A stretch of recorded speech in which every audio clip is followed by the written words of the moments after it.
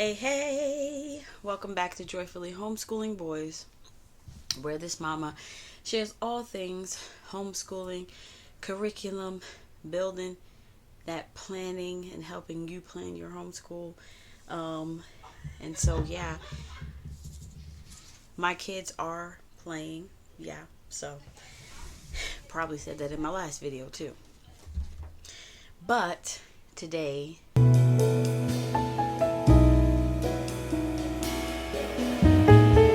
in learning how to move with the time that my body is in, and that right now I am in a very productive mode. But when my iron goes, I literally do the bare minimum. So all in all, I'm learning to work with my body to get things done that I really want to get done and that I don't want to get behind on. So yeah, hand clap to video number 4 in one day. Oh gosh, these kids, they're just so loud today. And so this is actually our week off because last week we were all serving at VBS. Enough of that side chatting. Let's get into what this video is supposed to be about today.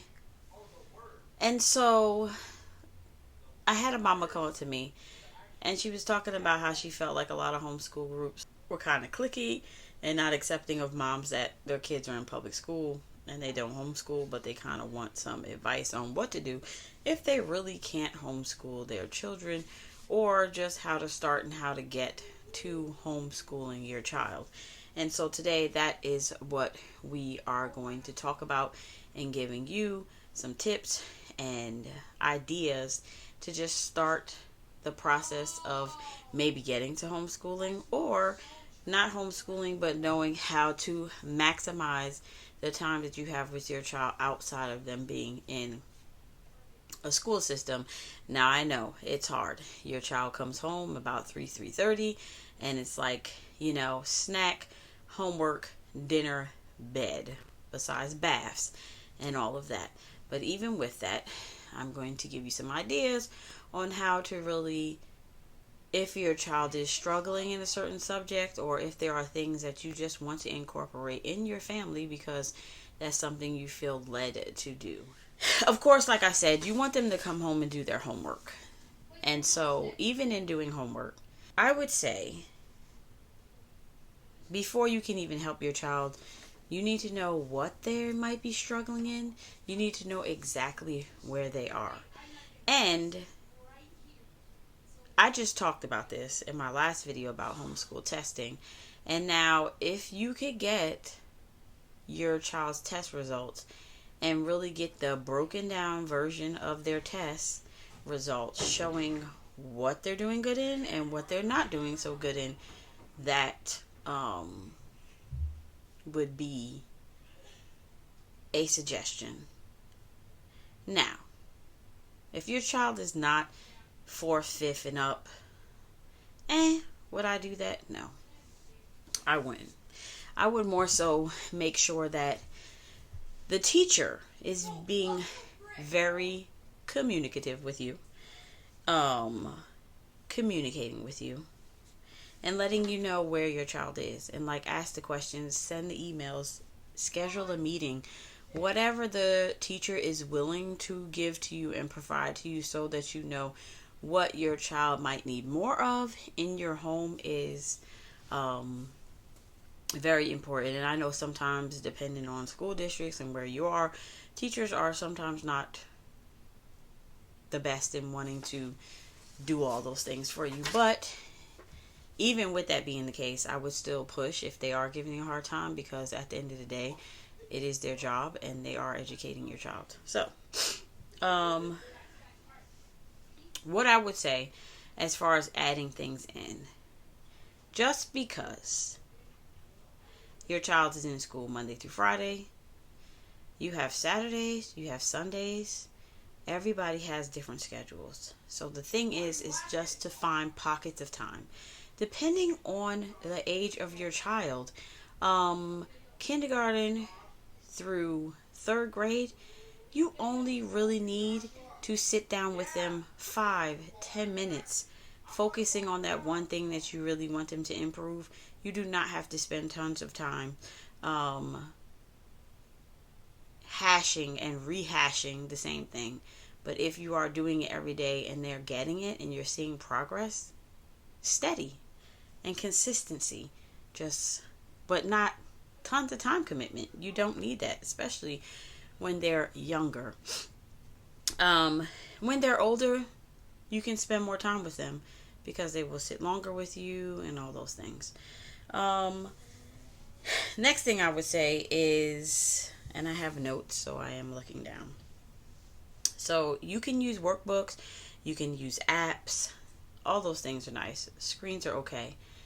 Would I say giving them an hour of screens? No, I wouldn't say that.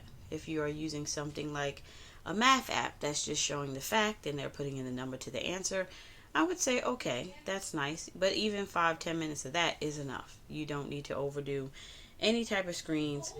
Workbooks are good, but adding an extra page, depending on how many problems on the page, to their like homework time is also a good idea. But you don't want to put a pile it on if your child is already feeling frustrated in something. So it kind of depends. Before you add in anything, like I said, really know what your child needs. Dig until you find it. You can find this by just watching your child and figuring out how they learn. If your child loves to do blocks, teach them math by blocks. You can even put reading and phonics on the blocks and spell the words, putting the blocks together. There's always to do these. You don't always have to have a textbook. So get creative. Use whatever you have in the house. Cheap things from the dollar store like cotton balls or little blocks or stickers. They like stickers. Little men, they like army men. All right, let's do some math with army men. So don't let your imagination of like, oh yeah, that's not gonna work. Let your imagination run wild, and that's what I meant. And so you can do it, and you don't have to commit tons of time. The other thing that I would say is just incorporating reading anytime you can. Picture books, read the same book over again. Especially if the struggle is they're learning to read. They have some great Bob books. You can get those things from the library. Read the same book over and over again until they have it. Then move on to the next book.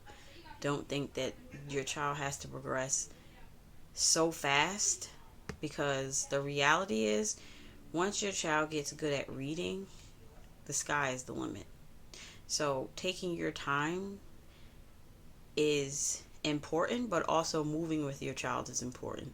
So if it seems too easy, give them something harder. So move with your child, really pay attention to your child. So reading with them at night, not only on their level, but maybe pick a book that, like an adventure book or a book about dogs or cats, or kids love those adventure books. So find something like that to read with them. That also helps to increase their vocabulary when you're spending time with them reading. And so the next thing I would say is like that you can maximize at nighttime is dinner time. When you get around the table, make everybody be at the table. If you guys have dinner and you have vegetables, carrots and peas, let me see you eat 3 peas, and they can go and make them punch it with their fork like 1, 2, 3, and then eat it. And you're like, that is such a good job.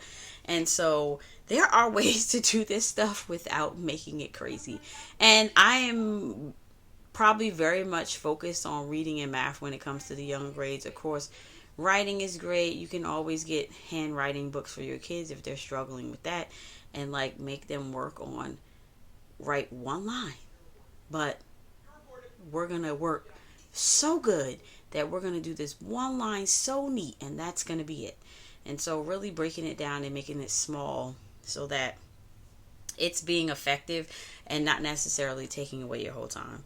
Another time you definitely can maximize is the summertime. Don't think because it's summer that school is off. School, especially math, it can keep going. You can give your child fun things to do. You can get math games. memory games that have math. There's a lot of things you can do in the summer.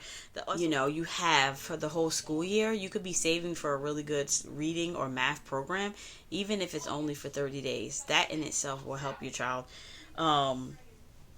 to improve where you want them to improve. Use things that they really like I was talking about, the men or the Legos, like those things that keep them interested when you're trying to teach them. And so it makes it easier for you, because therefore they won't give you a hard time about doing it. They'll be willing to do it. And so if they are very visual, you want to have things that are colorful. You want to have like some charts. There are so many things you can get free online. Don't think that you have to go buy something all the time. If they're kinesthetic, they want to move, let them jump rope. Can you count 4 plus 3? First you're going to jump 3 times, then you're going to do 4 times, and then you're going to say, wait, let's put both of those together. Can you count all the way through 4 and 3? Like, don't make it crazy. They like to act things out. So that could be something where after you read a story, like, show me that in a skit. Like, retell me that and act it out. And they will love to do that. Auditory kids, they love to talk about it. They love to hear things. So they like group stuff. So for those kids, like having those summer reading and writing or math programs, they would be awesome. And I'm more so relating this to younger kids because I was asked from a mom who had younger kids. So if you do have any questions about doing this like at middle school or high school, just let me know and I can like respond in the comments, or if I need to make another video, I can make another video. The other thing I will say is that, because even though nowadays kids don't want to go outside, it's a struggle in my house too, but I would say getting outside to play on the weekends is definitely going to help them in all ways. Being outdoors, getting used to nature. Even if you're like, oh, we're going to go count acorns, we're going to pull some leaves today and do math with them, we're going to count pine cones. You can literally learn anywhere, and don't think as a mom that you can't do it.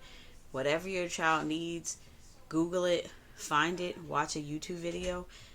Just because you feel like you didn't have enough when you were in school, because sometimes I feel like that, doesn't mean that you cannot teach your children. So never, ever, ever feel like that.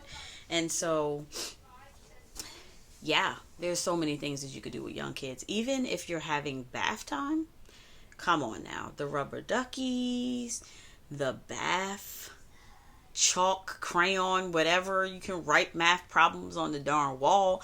Write words. Write AT and let's sound it out. At. I'm so silly. But I wish that this makes me so excited, because I wish that I could have homeschooled my kids from kindergarten. I would have, I'm not even going to talk about it. But I wish that I did, and I didn't. But that's fine. The last thing I will say on this video, which was one of the other questions, like, wanting to homeschool but not being able to homeschool at the moment. I think the biggest and most important thing before you want to start homeschooling is, if you choose to, is just start reading about homeschooling.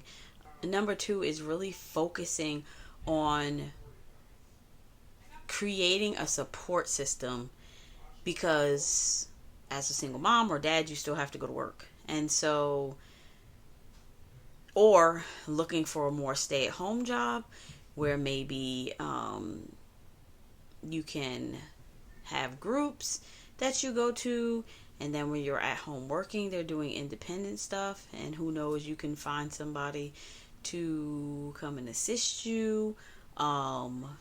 Even if it's like high school students that want to do volunteer hours, they can come volunteer at your house and help you with your kids.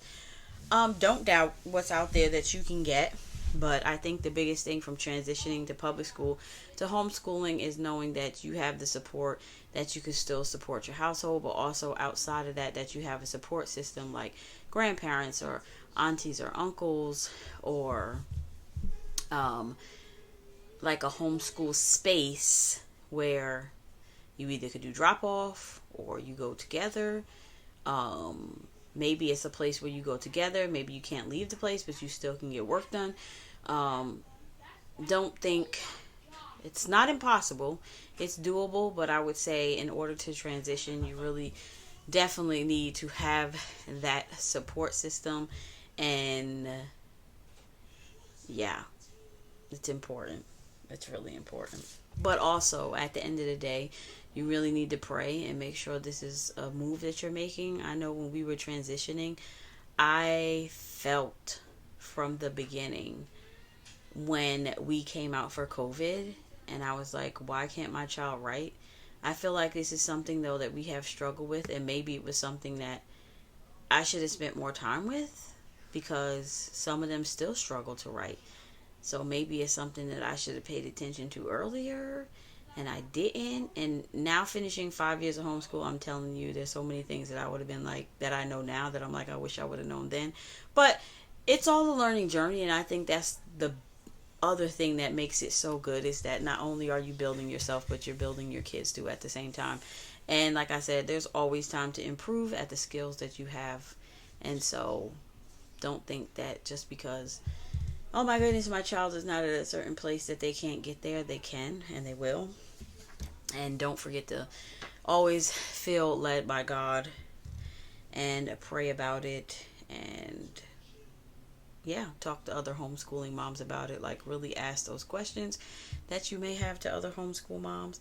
If anybody watching this video has another question about, transitioning from public to homeschool, don't mind, you can drop that in the comments. Okay.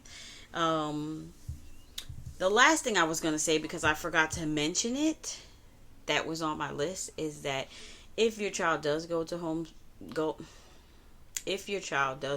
aftercare programs, you can talk to the aftercare director, because a lot of the times those aftercare programs that are in the schools, I used to work for one, are not working directly with the school. So there's a whole different director over that afternoon program.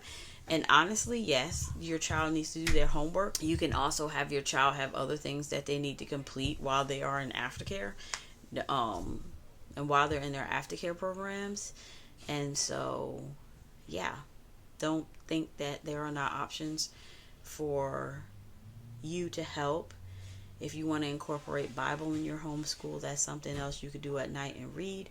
That's one thing I learned early on, is that it's beautiful to have a church home and a church family and all of that, but the church is not responsible for putting the Word of God and all of that in your child. You are still responsible, and they will do what they see you do. So whether you, I know that for a fact, they are going to do what they see you do. And my last thing, and I'm out, that I've always have been saying, and it's coming back this year, along with my quote that I can't wait to share of our school's theme.